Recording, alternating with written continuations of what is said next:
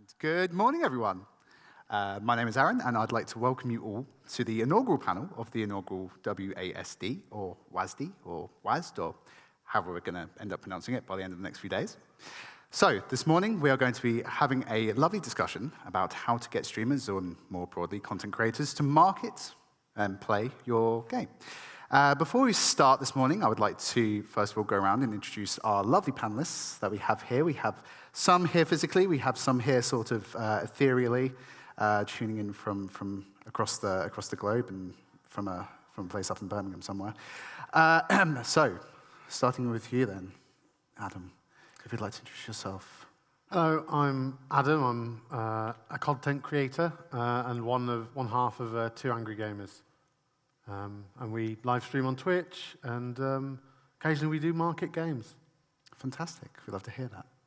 Rebecca. Hi, I'm Rebecca. I'm the Senior Influencer Relations Manager at Team 17.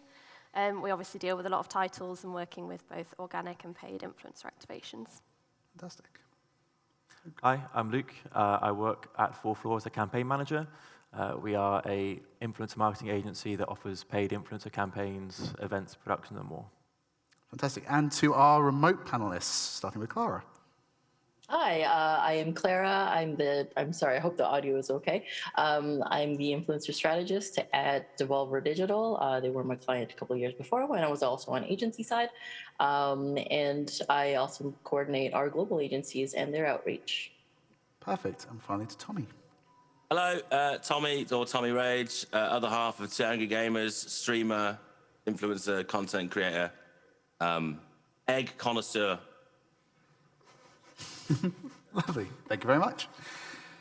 So what we're going to do, we're going to start, obviously, with our first sort of topic. And before we even get into, getting streamers to market your game, I think it's worth kind of asking when influencer marketing is going to be, and content creator marketing should be like your sort of go-to, or one of the strategies that you use when you're marketing your game. So, Rebecca, I'd like to start with you. Yeah, I think one of the key things for us is we'll try and integrate influencer marketing for all of our titles. What varies is the way in which we do that. So we might have a title for, say, that the core audience fit might be on TikTok, and they might not actually be looking for the game on Twitch or YouTube. So we'll have some kind of influencer marketing, but maybe more social-led. And then on the flip side of that, we do quite a lot of our games where we do just want streamers on it, but we want them as kind of mainly as organic as possible so that we can really work with the content creators to embed them into what the game actually is and the story so that they can convey that rather than have the sales messaging that you sometimes see and force upon creators. Definitely. And Yeah, I definitely agree with that. I think that you can always get influencers involved within your game. If you have maybe slightly tighter purse strings, there's always ways you can make them feel special, give them some keys, hand out some exclusive content or early access. These are great ways to sort of get them involved, even at an early stage, or if maybe the budget isn't quite there yet to fully go out with a paid Twitch campaign. And finally, Clara, is there anything that you would like to add there? It is always a correct strategy, if you can. I mean, it's hard to correlate directly when influencers, translate over to sales and wish lists and whatnot. But I mean, with the timing, you can see that influencer marketing is extremely important for your marketing strategy in general. So if you can incorporate it, do so. I think this might be a follow-up question, but not every game is necessarily as suited to influencer marketing, and for influencers, it doesn't have the same appeal to influencers. But if you can, and that's part of the focus is to sell games, then I think it's always the correct strategy if you can do it. Definitely. Just to give you some stats, because I know that the first thing that we want at this time of the day is a load of stats. So I took this from a study which you can also find by going through the 4 Floor website. So there was a study that was done, I think it was back in 2019, that revealed that influencer marketing is 277% more emotionally affecting the consumer than TV ads. It is also 87% more memorable. So, if it's done right and done appropriately, as we've kind of noted here, it can be a very, very potent tool in your arsenal. So that sort of segues into our next topic, which is going to be sort of when do we want to use influencer marketing, and sort of identifying the sort of audience and identifying those kinds of opportunities for influencer marketing to really come into play here with content creators. Yeah, I think the key thing for us on that one is kind of understanding what the game actually is and understanding why it would appeal to the streamer. I think a lot of times we've actually found better results when we've found, say, the smaller streamers that really understand the game and they become the organic evangelists of particular titles. So I think that's kind of one of the key things that we look for with a game. And as you said, it's that kind of extra angle of if the game is really nice to look at and there's a particular art style that's gone into it, can we offer them any kind of concept art? Are there any streamers out there that just do art that might be interested in seeing how the characters of a particular game has come to life? So that's kind of one of the key focuses that we try and set our games aside. Lovely. Yeah, I think there's also a point to be made about different games might suit different platforms a little bit better as well. So you might find that an audience for your game is better suited on Twitch or YouTube. Mobile games, for example, would be better suited normally to YouTube or other social platforms other than Twitch. So that's also something to bear in mind. Definitely. Clara, is there anything you'd like to add to that? Yeah, so for a games audience, and we're, I think, talking a little more about indie games here because AAA titles and studios don't generally have as much of a problem with having an audience already pre-picked for them. They're lining up at the door. They'll do anything for early access to their games. So I'm speaking mostly to indie devs here who are looking for answers on what to do with influence marketing. In that case, there's a lot of ways of going around it. It's a little different from your typical ad spend marketing where you're looking at demographics and that sort of thing. With your games with influencers, you simply want to meet the correct or a good fit with their audience, their viewership, the genres that they play, the commentary, and the style of content that they do. So it's not just platforms. If you're on, say, YouTube, you've got things like games and tips channels, review channels, standard Let's Play channels, long or edited. You've got editorial channels. It's really what kind of message you want to send out, what beat you're trying to, is it a launch or is it a preview? There's so many different factors in picking who you want. And then there's something just down to who you can trust to adhere to embargoes. There's also that because there could be the perfect targets, but they can't be trusted. So there's a lot of factors that go into picking the audience. And then for platform, I think the lines have blurred over the years where before I would say, a certain type of game would do better on Twitch, a certain type of game would do better on YouTube. I've kind of changed that over the years where I think a game can do well on either. They have different purposes. For Twitch, it's got easier access. It's a lot easier for a streamer. Not saying streaming is easy. It's a lot easier to convince a streamer to give up an hour or two of their live time to stream your game, give it a shot, and then if they don't want to play anymore, they can stop because all of that content is usable. It's live, and they get live feedback from the audience. Whereas YouTube, that content isn't usable to them or marketable or monetizable until it's live, and they don't know how well it's going to do until it's live. However, it's got so much value because it's evergreen. So for me, lines blurred. I think both platforms are right almost all the time, but one will be more effective than the other. Beautiful, thank you for that. Just want to pick up on the idea of matching your influencer to what you want to do, and that concept of alignment, which is in marketing is so crucial. Having that consistent message all the way down the chain, as I'm sure you'll agree. So obviously, I don't know if you two want to kind of expand on the points that Clara was making about the kinds of things that you want to be looking for in your influencers when you're looking to match them with the game that you're looking to market. Yeah, I think one thing that's worth noting as well is, as Clara mentioned, you can change your strategy at different beats in the campaign. Say we've given people a bit of early access to a demo that is coming out a bit later on, and we identify, hang on, this wasn't particularly the right audience, then me and my team kind of take that away, and it's okay to reevaluate. And it's okay to think, actually, maybe a variety streamer will have a bit more fun on this than the RTS streamers that we've gone to specifically. So I think you have to have it in the back of your mind that while you might have a perfect streamer for it, they might not pick up on the aspects of the game that you particularly want to, and you can reevaluate and have another look, and you'll have the keys available, hopefully, to send them out and get more people on board. So, I mean, thinking about that then, sort of Tommy and Adam, more over on your side, when you're sort of approached by, be it PRs or studios or publishers or what have you, what are the sort of things that you look for when you're looking to align with them on the kind of values and the things that you're looking for in the games that you play and the games that you want to market? Tom, do you want to start? No, you're on the stage. All right, okay. Okay. I think with every game that we do a campaign for or whatever it is, we just treat them the same we do with any game. We give it a fair shake of the stick. We have fun with it, and even if it's not something that particularly 100% aligns with what we normally play, we will always just try and seek out the fun and find all the positives we can. And obviously, if there are any specific kind of talking points or beats that they want us to hit, then we'll always do that.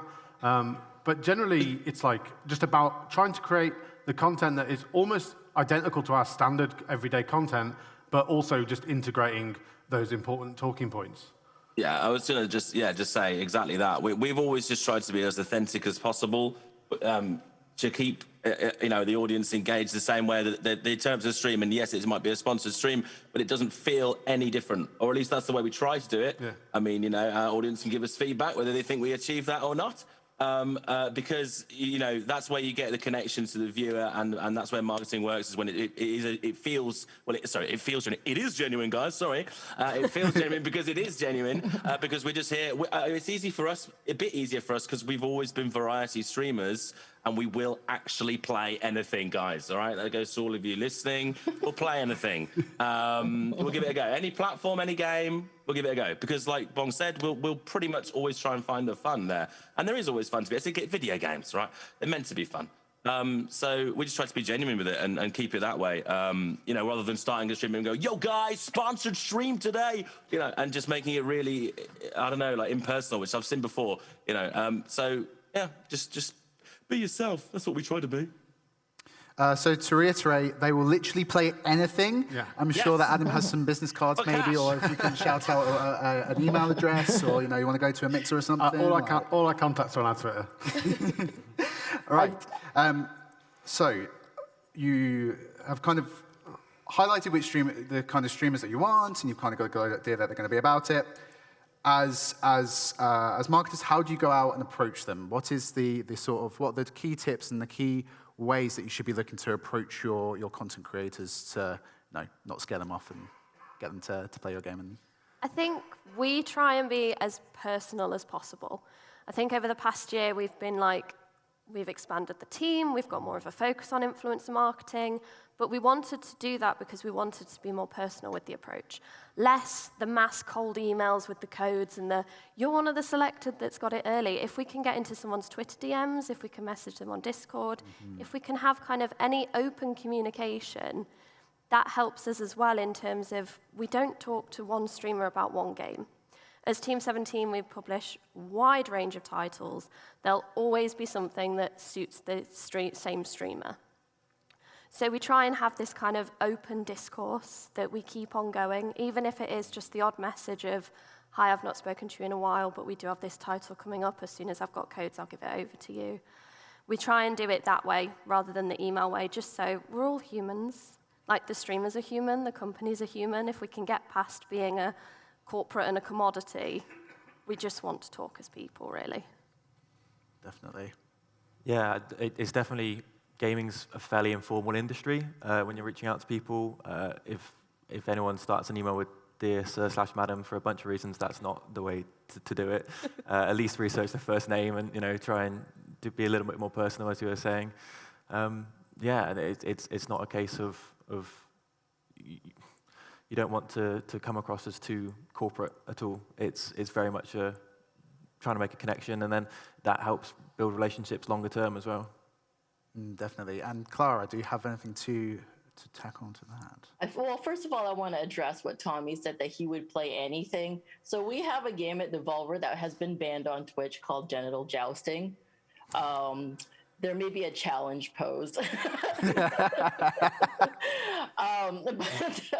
immediately I was like, okay, so I have I guess a kind of a unique angle where I'm also a streamer, and I also receive these emails. And one thing that instantly turns me off is actually trying to over-personalize things. Like, I've watched your stream and I love your. Instantly, I'm like, you've never seen my stream before in your entire life. You have no idea what I do, and they usually give themselves away within the next sentence. So I try to avoid things like that myself. To Rebecca's point, I think that's absolutely excellent, because that's also, I think, very key to what we do as influencer marketers is the relationships that we have, and to constantly maintain them, be part of the culture, be in the sphere, and understand how they speak and their needs. That's the most important thing. And whenever I spoke with clients before, that was the most prevalent thing that stood out to me, is the complete and utter lack of understanding of the needs of influencers and what they look for, what benefits them. And so once you have that down, and it's like very minute things to very big things that they don't understand. So not controlling their voice, their tone, their language, just making sure that they have fun, your game looks good, and you look good to your bosses at the end of the day. That's really, at the end of the day, that's your goal, right? So the reason that they have the influence that they have is because of their voice and their authenticity. You never want to take that away from them. So beyond that, having that transparency, always talking to them. And my emails, to be honest, are so boring. They're so bland now, because I'm just doing everything I can to stay out of spam filters, but the relationship is there. So I never kept secrets from any of my clients on what I did, because they're not secrets. I said we send the same emails. Mine are probably even more boring than yours, but they respond to mine because we have that relationship. We talk outside. And to Rebecca's point, Twitter, DM, Discord, that's mostly where I send any communication now, for those who are comfortable with that, with people who I have long-term relationships with. So yeah, there's a lot to it, but it's really just time and energy. And the reason I continue to stream, even though I'm super casual now, is to keep my toes like dipped in that pool and understand their needs, the constantly changing needs of streamers and YouTubers and whatnot, and what they're looking for, the new metas, the new trends, and what they're chasing. So having that appreciation is, I think, hugely important to maintaining the relationships. Definitely. Having that again, you're sort of talking about the importance of having that deepened relationship, having that real relationship quality between yourself and your sort of client, your streamers. And obviously for Adam and Tommy, I can imagine that it goes the sort of same way when you're approached by PRs and looking to sort of strike up a relationship for marketing a game. So for you, what are the most important things for you, what you're sort of, I don't want to say turn-ons, it's a bit saucy for a Thursday morning. But what are the things that you're sort of looking out for when you are approached by PRs? And I think, like Clara said, just honesty, and like somebody saying, "Oh, hey, love your stream," and then like sending you this copy-paster that makes it out that they've watched your stream for hundreds of hours. And we've had campaigns, not to name any names, where 3 weeks into negotiations about like a tournament or something, and it's a week before it happens, they go, "Oh, there's 2 of you." Well, yeah, it's 2 angry gamers. And It'd so, be unbelievable just, how much that happens. Like, yeah. I mean, but I like to make a point in every email. By the way, there's 2 of us. Just start with that, just to be clear. But yeah. And just that the personal touch. Like, there's friends that we've got in the industry. I mean, we've been doing this for almost a decade now. And yeah, we've got some friends that started in one company, and then because the games industry is, like you say, quite casual and in some ways a little bit seedy, people just seem to hop around between companies. Like, nobody leaves the industry. They might leave one company, but then they'll always be in a different publisher, like the next month or whatever. So you make these friendships, and they don't just disappear. Like Clara said as well, I'm forever trying to get in people's DMs. All right, it goes both ways. Like, I want to have a relationship with PR companies and people we work with and can help to get us codes or jobs or even anything like that. Because I feel like sometimes I don't want to feel like I'm stepping over the line. I'm sure, these people get loads of I can only assume they get hundreds of DMs and emails and everything, but I still want to I want to be part of it. So yeah, it goes both ways as well. Like we always try. And the other thing I was going to mention is these physical events is the thing that's, I think, built the most relationships for us anyway. Which is why, obviously, over the last few years, I've been really gutted that we haven't been able to do, of course, because of everything that's been going on in the global pandemic, that we haven't been able to do a lot of these physical events. I'm gutted I couldn't come today, even. But I just thought, clearly I'm ill. It's not COVID, but it's sensible, right?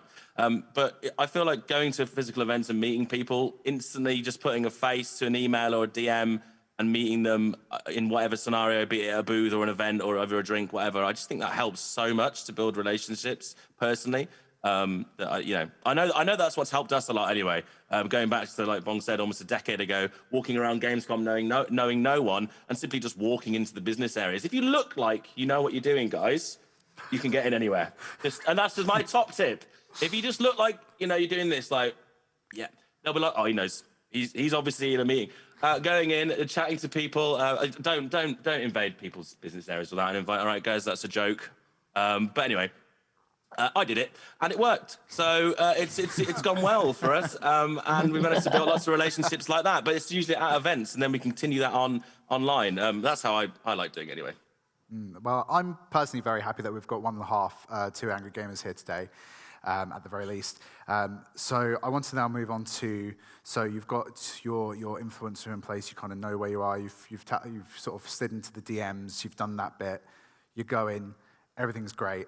What sort of, how do you sort of manage that relationship throughout the rest of the funnel towards launch?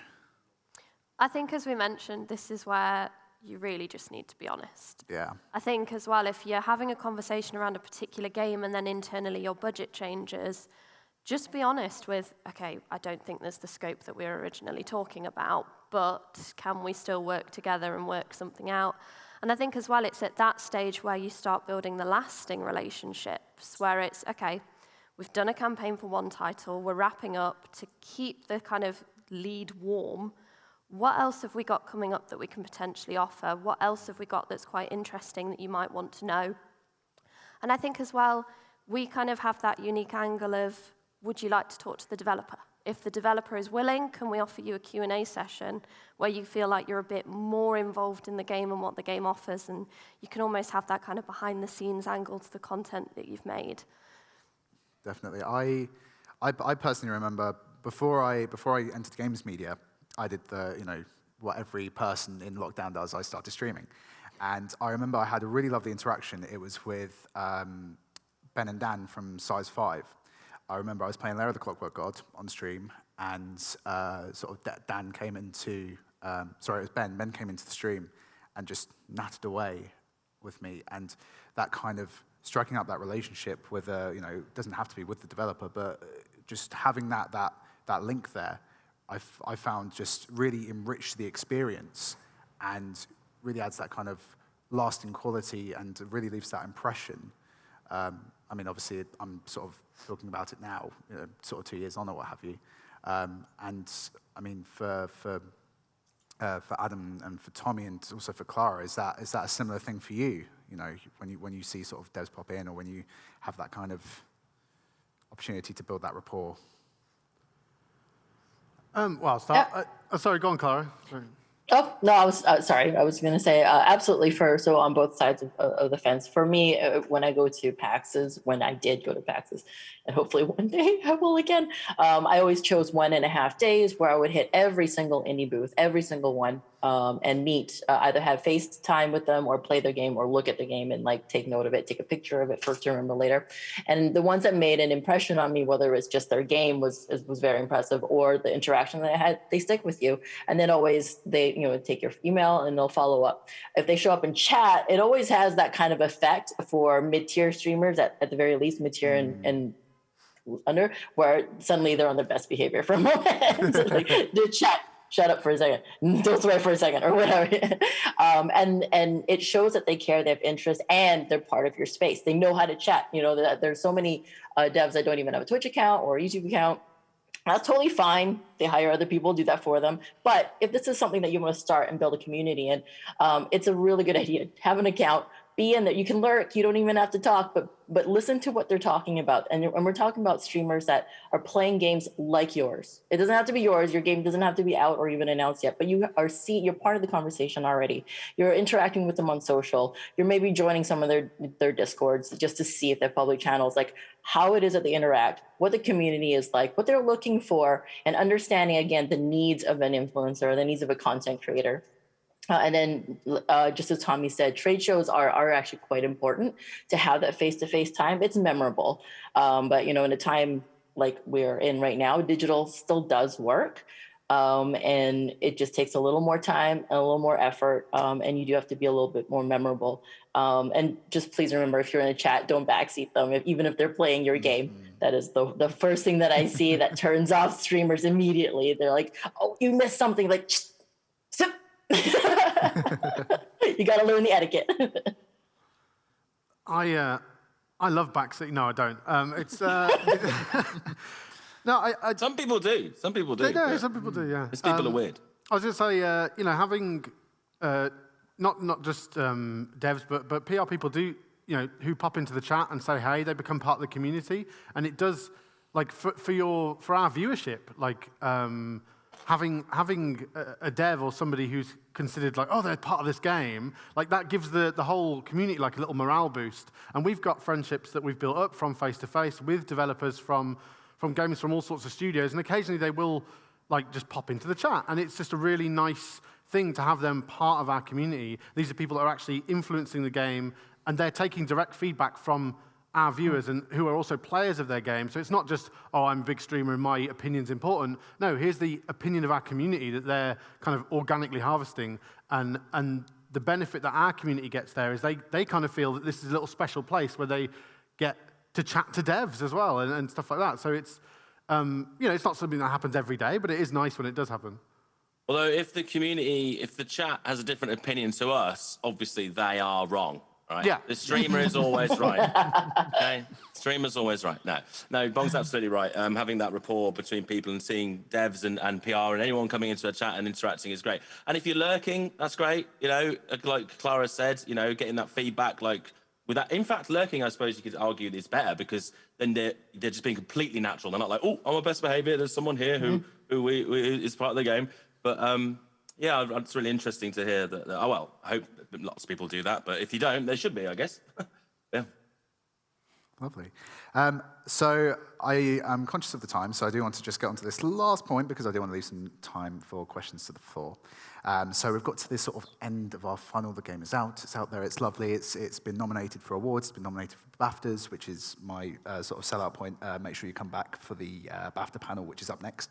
And you're still you're in this kind of like post-launch mode, but how do you, for the marketers here, how do you keep your influencers playing your game post-launch? And obviously for our influencers, what are the kind of things that you want to see that will keep you playing those games post-launch?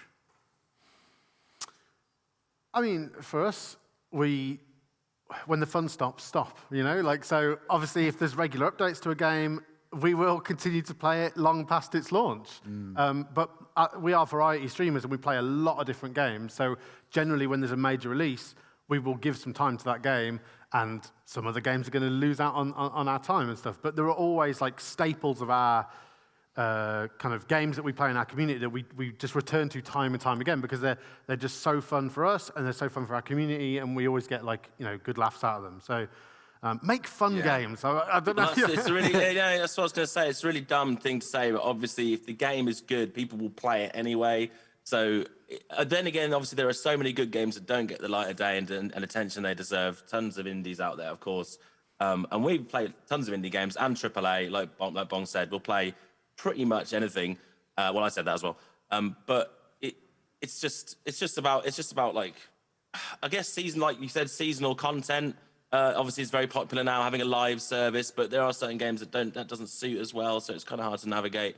And of course, the number one way to get streamers or YouTubers to play a game is to pay them. But we all know that. I'm just trying to think of a different way of saying it, but that's it really. I mean, if there's like a post-launch campaign, then obviously budget is the best way to get them to play it. But outside of that, I guess it's trying to make it engaging as well. If that's what you're focused on about, like it being a very watchable game, there are certain games that I think are more watchable and genres of game that are more watchable. Obviously, we've got this whole, the whole BR meta happened for a long time. It's still going on, really. You've got these new PvPvE games, which we love and play a lot of, which I think are very engaging. And the reason for those type of games are engaging is because they have like a loop that finishes usually between 15 and 30 minutes. And so if someone's watching a stream or a video that lasts that long and they've only got that time to, I don't know, they're going somewhere, they're traveling, or maybe they've only got that short amount of time to dedicate to a stream, it feels like they've watched a whole, like, bit of content, like from start to finish. Like there's a story that started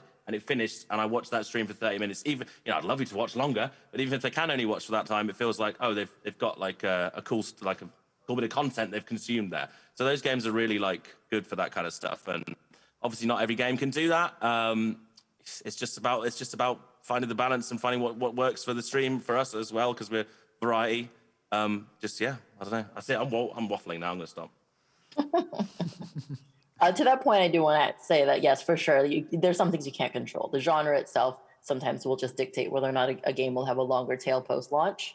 If you've got a one-shot narrative where it's basically the whole thing's a spoiler, you watch it and it's done. That's it. There's no replayability. It's not a roguelike. It's not a game as a service. It's not multiplayer, etc. Then that's pretty much it. For the most part, when you hit influencers, especially influencers of size, you get one shot. So the game has to be in a condition where you want it to be shown, and that's it. They're not going to play it again. But that said, you can extend the tail by having other streamers, new streamers, different streamers, and YouTubers cover the game. You can do that with, obviously, updates. Community is such a huge part of that, because the community will be the one that is the most influential to creator. You can hire the best influencer manager in the world, but the community will always speak louder. So if you can have a strong community base where their viewers are part of your Discord, their viewers are wishlisting, their viewers are playing the game and they're reading the Steam updates, they will be the loudest voice to the streamer to get back into the game, because they want to see them play the game they love so much in a community that they're a part of. You can also host events afterwards and that bring back older games. So for instance, a charity marathon where one of your older games is a feature. So that's something that could bring it back to light as well. We see resurgences all the time. Among Us was a game that had been out for like a year or two before it actually hit big, right? So there's always a chance for a game to come back or have a second surge. Absolutely.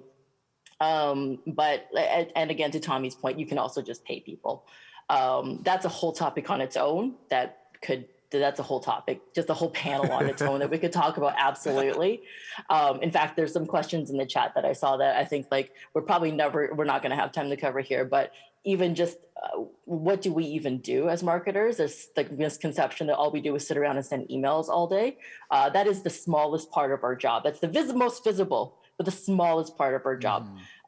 So absolutely, that's not all we do is send codes out. Our jobs start usually at the pitch before we even sign a game. I'm on that call evaluating, I'm play testing it, I'm giving it setting expectations, asking all the questions about how this game will probably be received, and then strategizing from then on. So that's something that we can't talk about here, but is all part of like how we get a game from signing to launch and beyond. Beautiful. Thank you so much for that. Clara, you're just saying about questions. I think now is a very prudent time to take some questions from the floor as we are drawing to the end of our panel. I'd just like everyone to give a quick round of applause to our panelists who have been so wonderful this morning.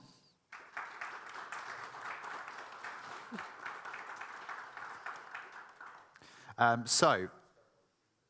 would just like, if anyone has any questions at all, please raise your hand. There is a mic in the center of the floor there. So if you do have a question, then please go and, speak into the mic once I've said. One at a time, please. Come on. Okay, perfect. In that case, then, if there are any sort of round-up points you'd like to make before we venture off into the day, I was just going to say into the night, but any of the sort of round-up points you'd like to make just at the end, do you say so now or forever hold your peace, I guess? I suppose, because I'm sat right next to you, then it's on me to say something. Not at all. No, I mean, Humans. I liked what Rebecca said about humans. That was good. We're all humans in a human world on a human planet. So try to build relationships naturally and talk to people like people, because they are. We're not just emails or or DMs. We are that, but we're so much more. So I like that. Yeah, the personal touch in relationship between marketers and PR and streamers and content creators. That's what I'm looking for always. Yeah. Beautiful. Anyone else? Any more? No, I think Tom said I could talk forever about this, so don't open the floor. I have filled 2-hour podcasts talking about this, so don't throw it back to me. I will say that I think one maybe very handy thing for just knowing that the audience is mostly for devs, looking for when to initiate, how to initiate, is like, what do you do? How do you even start this? Who should I hire? Should I hire somebody? Because budget is huge and making games is really difficult. And marketing is like, it's just something that a lot of indie devs are not equipped to do ever. Totally understandable, because I am always a fan of staying within scope to get the best work out of a person. So what do you do if you want to have influencer marketing? One, is very time intensive, and two, you need historical work put in that you probably haven't had the time or the expertise to do. That is what you get when you hire someone who works in influencer. If you're not part of a studio that can hire in-house, then you would be looking at an agency that maybe has that service, or hiring a freelancer. What you're buying with them is their expertise in the sphere, something that will take you a long time to understand, and it's constantly shifting and changing. 2, you're buying the expertise, and 3, you're buying their strategy. So getting proper expectations set, some very educated guesses, hopefully, informed guesses based on historical information, and you can still conceivably get through all of that on your own. The one thing that I will say 100% for sure hire someone to do within influencer marketing is if you want to do anything sponsored or paid. Do not attempt that on your own. It is a lot of work, starting from simply doing the recommendations, thinking of the right people to connect with, because the money is precious when you're developing a game, and you want to spend it wisely and prudently and effectively. So just getting the recommendations to begin with, and then you've got the negotiations. When you're not just talking to influencers, you're probably talking to agencies and talent managers who then manage them. How do you navigate that? You've got the legal side of things, you've got the payment side, you've got compliance and follow-up. So it's just a lot of work. So that is the one area within influencer marketing that I will 100% always say, hire someone to do it. You can hire a freelancer, you can do an agency, or you can hire in-house. It's completely up to you on how you want to do it. And then also understand that what they do is more than what you might think, which is the same in terms of community. Influencer marketers straddle a lot of verticals. So it's not just marketing, it's production. They're playing, they're giving feedback, and they're understanding what the game loop will be received as by influencers and where it's best placed, when the beat should be placed, when embargo timing should be, that sort of thing. They also straddle community because they need to have that feedback and be part of the chats. And they advise on things like social, they gather the clips, they provide the assets, and they advise on what assets matter to influencers. But it is mostly in marketing. So just understanding what they can provide will possibly help you make better decisions on who to hire, when to hire. And then, of course, you can determine the term. It doesn't have to be on a retainer. It can be a one-time thing. It can be simply for launch and post and that sort of thing. But understanding just like what we do will be very crucial to you. Another point that I want to touch on is the key distro sites. Very tempting to use them.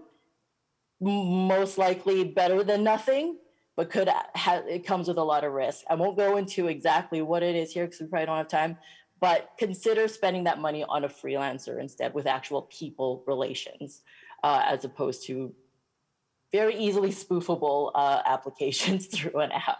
I'll just say that much. Lovely. Thank you for that, Clara. So, Adam, Rebecca, Luke, Clara, Tommy, my beautiful audience here, everyone watching at home, thank you all so much for joining us this morning.